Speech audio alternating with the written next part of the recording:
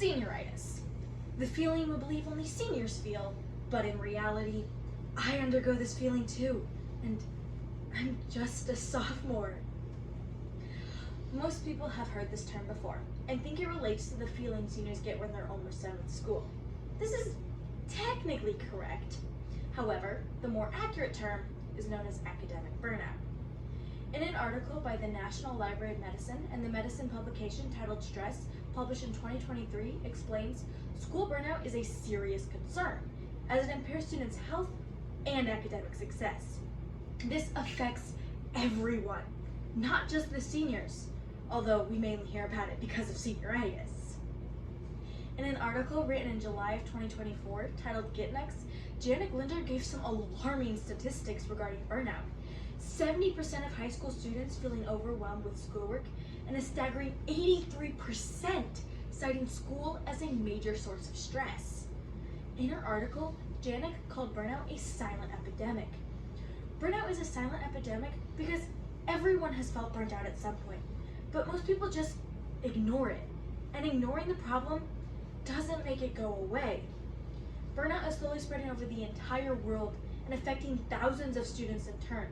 So let's learn about the causes of burnout, stress about the effects it has on us, and then relax, knowing we have a plan to help prevent it. Most people believe burnout is caused based on the fact students just don't want to go to school anymore. But this just isn't true. There are multiple factors that lead to burnout, but the Albert Einstein College of Medicine labels the two most common as an overload of schoolwork and a lack of sleep. Overload in schoolwork seems to be the new trend since hybrid learning stopped. However, people recommend putting time limits on how long students should be doing homework. In an article by the Augurbit, they interviewed Assistant Principal of School Life Quinn Keeley, who agreed there should be time constraints on how long students should be doing homework, saying 70 minutes per class. 70 minutes! The average student has 6 classes, so 70 minutes per class is 420 minutes, or 7 hours. Now, I know in some classes you won't get a ton of homework, like PE and certain electives, but that still leaves math, English, science, and harder electives averaging out to be around 3 hours a night. No wonder students don't want to do their homework anymore, especially if they have other things going on in their lives. Kira Vandermolen shared her after-school routine in an article by the Pearl Post. She shared, I get home from school at 4 p.m. I do my chores, eat dinner, and start my homework, which lasts several hours. I go to bed late and I wake up early. I go through this stressful and exhausting experience, now a routine, every day due to the overload of schoolwork I receive.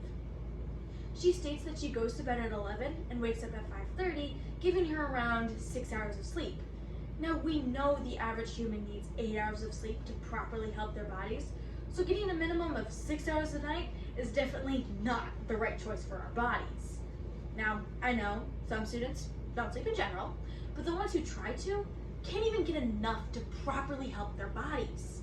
And if you're tired, you can't focus as well in school, causing you to slack off. This overload of schoolwork, combined with a lack of sleep, causes major academic burnout. Academic burnout has a few causes, but causes a lot of problems. The biggest effect starts with your brain, more specifically with your mental health. Dr. Joseph Kashiwagi explains the detrimental effects of burnout manifest in various forms, such as increased rates of depression and anxiety. In a survey done in the 2021 to the 2022 school year called the Healthy Mind Study, tallied the surveys taken by 96,000 students across 133 schools, reporting that 40% of the students have symptoms of depression and 37% have anxiety disorders. These are the highest recorded percentages in the 15 years of the survey existing. Mental health disorders also affect the way your brains think and process information. Medical News Today explains how mental health disorders, specifically depression, affect the way your brain thinks, sharing depression may correlate with certain brain changes, including reduced gray matter, neurotransmitter disruptions, and inflammation. These are just a few problems that can show up in your brain as a result of a mental health disorder caused by academic burnout. The next biggest effect is that you start to experience a lot of stress. Stress comes from a magnitude of places in our lives.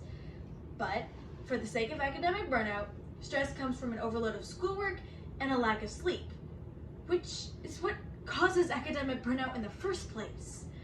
Dr. Joseph Lathan, a professor at the University of California, San Diego, sums up the correlation between stress and homework, showing that high levels of stress can be traced back to large amounts of homework, with 56% of the students in the study reporting homework as the primary stressor in their lives. Stress affects everyone, but if you have stress and academic burnout, you can experience mental health disorders as well, which is devastating to students who are just trying to make it through school. Now that we know what burnout is and what causes it, as well as looking at the effects it has on us, we can look at ways to help prevent it from happening in the first place and help those who already have it. The most obvious solution? Cut back on the amount of homework students should receive. According to a Stanford study, the amount of homework you get should depend on your grade, but still shouldn't be too much, indicating that 2 hours is optimal for high school students, and anywhere from 90 to 2.5 hours is okay. But this is hard to accomplish because we as students can't control how much homework our teachers or administrators want to give us. But there are things the average student can do. One of these is taking study breaks. Cornell University expressed why study breaks are so helpful, showing that taking purposeful breaks anywhere from 5 to 60 minutes can help your body increase its energy levels, productivity levels, and its ability to focus. They also gave some great activities to do during this break, such as taking a quick nap, grabbing a shower, grabbing a quick bite to eat, and just laughing for a little while. Cornell University expressed these kinds of activities will help you re-energize and refocus. The biggest thing would be just to make time for yourself.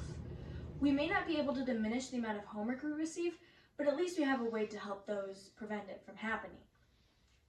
Almost everything will work again if you unplug it for a few minutes. Even you, says Anne Lamott, which I truly believe sums up how to deal with burnout. Now that we know what burnout is and what causes it, as well as looking at the effects it has on us, we were able to find ways to help prevent academic burnout from happening in the first place. Burnout is slowly spreading over the entire world and affecting thousands of students. It is a problem we can't ignore any longer. But now that we know what it is and how to prevent it, we are one step closer to keeping students on the right track to make it through their education, which means we're one step closer to squashing this silent epidemic for good.